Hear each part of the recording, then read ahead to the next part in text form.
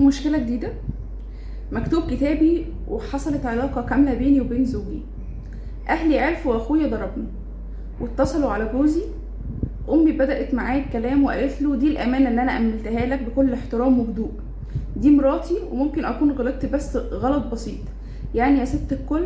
وخد الموضوع هزار وأخويا اتعصب عليه وهو كان هادي وبيرد بهدوء وقال له هو أنت عايزني أديك تقرير عن علاقتي بمراتي ولا إيه؟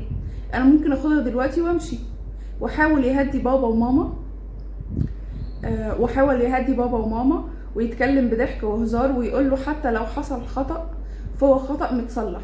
وبالفعل ماما وبابا هديوا واتفقوا نسرع الدخلة وخلاص، وهو وافق ومفيش مشكلة. وقال لماما تلاقيكوا بالطريقة دي مزعلينها، أنا عايزة أشوفها وطيب خاطرها.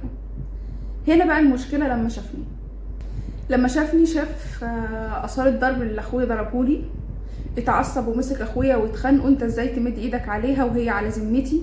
انت ازاي تحسبها بالشكل ده؟ انت مالكش فيه راجل وتعالى حاسبني انا. راح رايح قايل لبابا هي دي الامانه اللي عندك، وكلام كتير. هو اظهر تمسكه بيا فعلا ورد فعل ابويا معاه وامي بشكل مؤدب وبهزار وبتهريج ما قلش ادبه. حتى وهو متعصب ما تعصبش بكلمه على بابا او ماما، مقدرين ده كويس. وحتى بعد ما كانوا متعصبين هديوا. علاقته باخويا دلوقتي بقت زي الزفت، ماسكين في بعض وهما الاتنين مش طايقين بعض.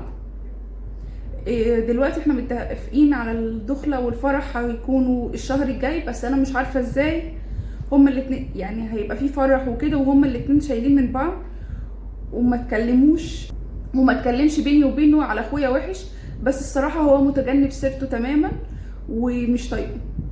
انا مش عارفه اعمل ايه. وانا قلت له انا مسامحاه، يرد يقول لي انه يضربك وانتي على ذمتي. ده ان هو مش قابل ان هي تتضرب وهي على ذمته حتى لو من اخوها. مش عارفه اصلح بينهم ازاي والفرح قريب. انتوا قولوا لها في الكومنتات المفروض تعمل ايه عشان تهدي الليله ما بين جوزها وما بين اخوها، وايه الحل اللي لازم تعمله علشان الموضوع يتحل ويبقى الدنيا لذيذه. بس كده كده كل حاجه بتحلها الوقت بيحل كل حاجه. اخوكي لما يلاقيكي مرتاحه في بيت جوزك، انتوا الاتنين كويسين وهو بيحبك وبيحافظ عليكي ويرضالك الرضا ترضي وما بيحبش حد يغلط فيكي ولا يضايقك وكل الكلام ده، هو لوحده هيهدى. عشان اخوكي اكيد مش همه غير مصلحتك، هو مش عايز يأذيكي، هو عايزك فرحانه ومبسوطه ومتصانه في بيت جوزك. الوضع كان غلط بس هو اوريدي هيتصلح وكل حاجه هتبقى تمام. سيبيها للوقت وحاولي بس ان انتي تتكلمي عن ده حلو وتتكلمي عن ده حلو قدام بعض والدنيا كلها هتهدى باذن الله.